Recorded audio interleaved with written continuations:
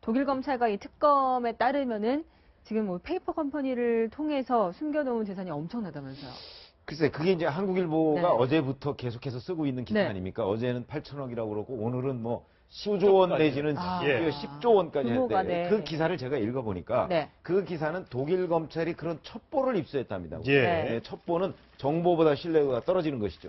그리고 오늘 기사를 또 보면 그 이렇게 코멘트 인용한 코멘트 중에 뭐가 나오냐면 사실 여부를 확인 중이다. 또는 사실 관계를 확인 중이다라고 이렇게 나와요. 그런 거 보면 사실 여부, 사실 관계는 사실일 수도 있고 사실이 아닐 수도 있죠. 예. 네. 그렇기 때문에 일단 저 기사에 관해서 이제 검증을 해봐야 된다 하는 걸 전제로 얘기하면, 자, 만약에 저 기사가 이제 사실이라고 한다면, 저걸 뭐 유럽에 가서 저렇게 돈을 8천억 내지 10조를 벌었을 리는 만무하고, 예. 그러니까 한국에서 이제 가지고 갔다는 얘기 아니겠습니까? 네. 가지고 갔으면 한국에서 그럼 최순실 씨나 그 일가가 어떻게 저 어마어마한 돈을 어떻게 모았을까? 하는 걸 이제 특검이 조사를 하겠다고 그러니까 예. 조사를 한번 해보면 나오겠지만 저는 하여튼 개인적으로 보면 저 기사 자체를 그렇게 믿음직스러운 기사는 아니다. 이렇게 봅니다. 네. 자, 8천억, 네. 뭐 10조 돈이 이렇게 나오는데, 그래서 만약에 10조라면, 만약에 진짜 우리가 그걸 다 믿어서 10조라고 하면, 과연 재벌 순위로 비교했을 때 돈이 얼마나 될지 한번 제가 한번 따져봤어요. 네. 그 해외 언론에서 우리나라 재벌들의 그 재산을 조사한 게 있었는데, 네.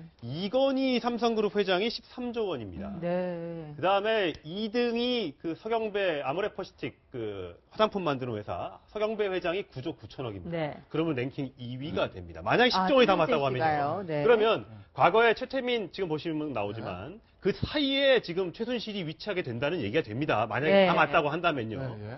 과거에 최태민 일가로부터 물려받은 재산이 한 3천억 정도. 그 돈을 쌈짓돈으로 해서 예. 그 돈을 해서 어떻게 이 돈을 굴렸는지 모르겠지만 예. 그 막대한 재산을 불렸다면 예. 사실 들어와서 짧은 시간 뭐 감옥에 있고 예. 나가서 저 돈을 다시 만들 수 있다면 예. 뭐 짧게 살다 나오겠다는 생각도 할 수 있을 것 같아요. 만약에 그게 맞다면요. 어차피 내가 언젠간 들어갈 거고 유럽에서 영영 있을 수 없다면 네. 빨리 그냥 들어와서 끊고 다시 나가가지고 나는 네. 영영 유럽에서 성 짓고 살겠다 뭐 이런 생각도 할 수 있는데 근데 저는 아침에 그 8천억 기사를 보면서 무슨 생각을 했냐면 글쎄 이게 최순실 씨를 제가 너무 비하하는 걸 수도 있겠으나 네. 최순실 씨가 이 사태를 끌고 왔던 그 업무 패턴과 그 주변에 있는 사람들의 어떤 능력들을 우리가 고려해봤을 때 8천억을 숨길 만한 능력이 안 됩니다. 제가. 네. 왜냐면 이게 해외예요. 단 1억을 가지고 나가서 은닉하는 것도 정말 어려운 일입니다. 이거 뭐 차명계 그 페이퍼 컴퍼니를 500개를 만들어가지고 8천억을 숨긴다는 건 지금까지 나타난 이 K재단, 미르재단을 핸들링했던 최순실 씨와 그 주변 분들의 능력을 봐서 제가 절대 불가능하고요. 예. 그러니까 두 개입니다. 이 8천억 기사가 약간 좀 부풀려졌다? 부풀려졌든지 네. 그게 아니고 정말 8천억이 맞다고 가정하면 최순실 씨 혼자 할 수 있는 작품은 아니에요. 네. 더 큰 비호 세력, 음. 우리가 상상하셨던 엄청난 세력을 뒤에서 이거 백업을 해주지 않으면 8천억을 최순실 씨가 숨기는 건 저는 불가능하다고 단언할 수 있어요. 그러니까 뒤에 누가 있든지 아니면 기사 자체가 잘못된 기사다. 둘 중에 하나일 겁니다. 뒤에 누가 있을지는 가정이에요, 어차피. 예. 근데 해외 재산 1,000억만 있어도 저는 사실 국내에서 이렇게 무리한 짓을 최순실 씨가 안 했을 것 같아요. 네. 아니 그 돈 가지고서 뭐 저 정유라 말도 사주고 뭐 다 할 수 있는 욕심 끝이 없잖아요, 근데. 그러고서도 어마어마하게 남을 때 아니 왜 그러냐면 국내에서 재벌들한테 돈을 걷어가지고 재단 만들고 이런 것들이 이게 우연부담이 있는 일이란 말이죠. 예. 그러니까 나중에 이게 들통날 경우를 생각해야 되지 않겠어요. 아무리 뭐 박근혜 대통령이 영원히 대통령에 있는 것도 아니고 네. 그렇기 때문에 저런 정도의 재산이 있다면 이런 위험한 짓을 했을까 네. 생각이 듭니다. 민 교수님 그런가 하면은 네. 어떻게 보면 최순실 씨가 좀 이렇게 급하게 귀국을 한 것이 독일 검찰도 수사를 시작했잖아요. 그런데 독일 형법이 우리나라보다 깐깐해서 네. 차라리 우리나라에서 좀 이렇게 벌을 받는 게 나아서 왔다 이런 얘기도 나와요. 그러니까 뭐 아직 그 네. 독일 형법 어떻게 적용된 거에 대해서는 정확히 안 나오기 때문에 네. 그것까지는 뭐 구체적으로 알 수는 없지만 일단 최순실 씨가 귀국한 거는 청와대 요청이 있지 않았을까. 네. 왜냐하면 더 이상 미뤘다가는 이 사태가 더 커질 수 있다라는 그렇죠. 판단 네. 때문에 온 것 같고요.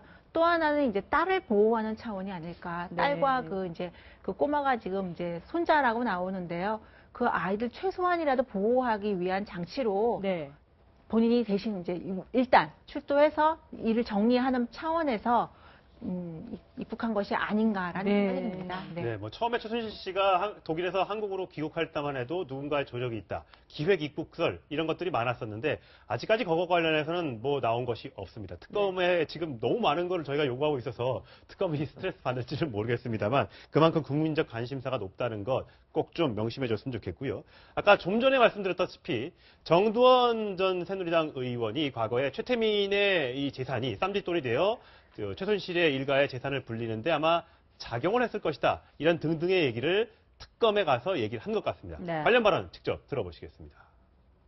박정희 대통령 사후에 뭉칫돈이 흘러갔다. 그러니까 이제 뭉칫돈이 이제 결국 그 일가의 재산에 뭐라 그럴까 종잣돈이랄까 이제 그렇게 됐겠죠.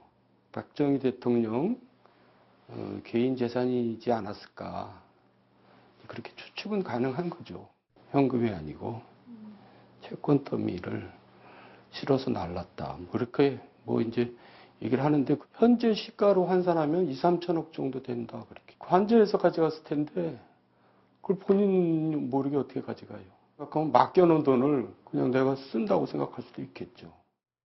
그러니까 사실 뭐 이게 네 집 주머니가 아니라 사실상 같이 그냥 재산을 공동 관리하면서 그냥 편안하게 같이 썼다는 거 아닙니까? 그 정도는 전 의원의 말이 사실이라고 하면요. 예. 최순실이 사실은 박근혜 대통령의 재산 관리인이 되는 거예요. 네. 그러면 최순실이 누군가의 돈을 받고 뇌물을 받은 것도 박근혜 대통령이 직접 받은 게 되잖아요. 왜냐하면 예. 재산 관리인 입장에서 돈을 그쪽으로 넘긴 것 뿐이지 박근혜 대통령이 직접 뇌물을 받은 게 되고 제3자 뇌물이 아니고 직접 뇌물을 받은 게 되는 거죠.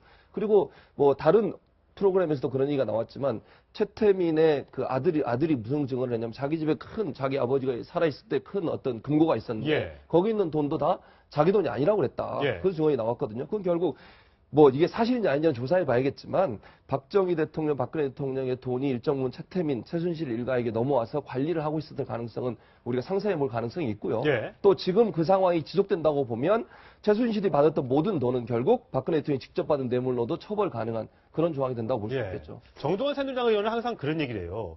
이번에 들어갔을 때도 녹취 옛날에 그 당시 2007년 대선 경선 당시에 한나라당 대선 경선 당시에 취재했던, 자기가 수집했던 박근혜 대통령과 최태민 일가의 어떤 그 정보들을 전부 다 특검팀에 주고 왔다. 그 중에 맨날 나오는 얘기가 19금 얘기가 나와요. 굉장히 이 얘기를 하면 밥도 못 먹을 정도로 굉장히 추잡한 뭔가가 있다라는 얘기를 계속해서 지금 얘기를 하고 있는데 이게 그런데- 확인이 되겠습니까? 그런데 2007년 상황을 한번 보자고. 2007년까지 사실 그 최태민 씨와 박근혜 대통령 간의 관계를 알 만한 사람이 누가 그렇게 있었겠습니까?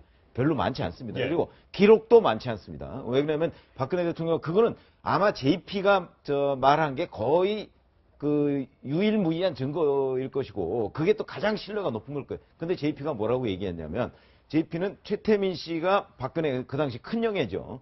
큰형의 방에 아침에 들어가서 저녁 때까지 뭘 하는지 안 나와라고 얘기했어요. 그랬죠. 그런 얘기를 하고 그거에 관해서 중앙정보부가 당시 조사한 기록이 일부 있는데 그 기록을 보면 뭐 향불 피워놓고 뭐 이런 얘기도 나오고 그래요. 그러니까 그 부분에 관해서 아는 사람이 그렇게 많지 않을 텐데 정두원 전 의원이 조사했다는 건 제가 알기로는 상당 부분이 그 중앙정보부하고 안기부 자료인 것으로 알고 있습니다. 아, 예. 거기 자료이기 때문에 그 자료의 신뢰성이라는 거는 우리가 신문에서 이렇게 얘기하고 있는 거하고는 상당히 다릅니다. 아, 그 정보의 가치가 높다는 가치가 높지 않다는 거죠. 높지 별로. 않다. 왜 그러냐면 아니 저는 그 얘기를 직접 이종찬 국정원장한테 들었어요. 이종찬 국정원이 자기가 가서 자기 파일을 봤다는 거 아닙니까? 예. 원래도 그거 보면 안 되는 거거든요. 안 되는 건데 자기가 보니까 자기도 모르는 얘기가 너무 많더라는 거예요. 그 안에. 그런 얘기를 좀 직접 들은 적이 있습니다. 네. 네. 그 중에 이제 우리가 CCBB를 가려서 올바른 것만 취사 선택을 해야 되는데 최근에 이제 박 대통령과 관련된 의혹이 너무 많이 쏟아지다 보니까 사실 정보 수준의 어떤 그런 것 첩보까지도 다 사실로 받아들여지는 경향이 좀 있는 것 같기는 합니다. 네.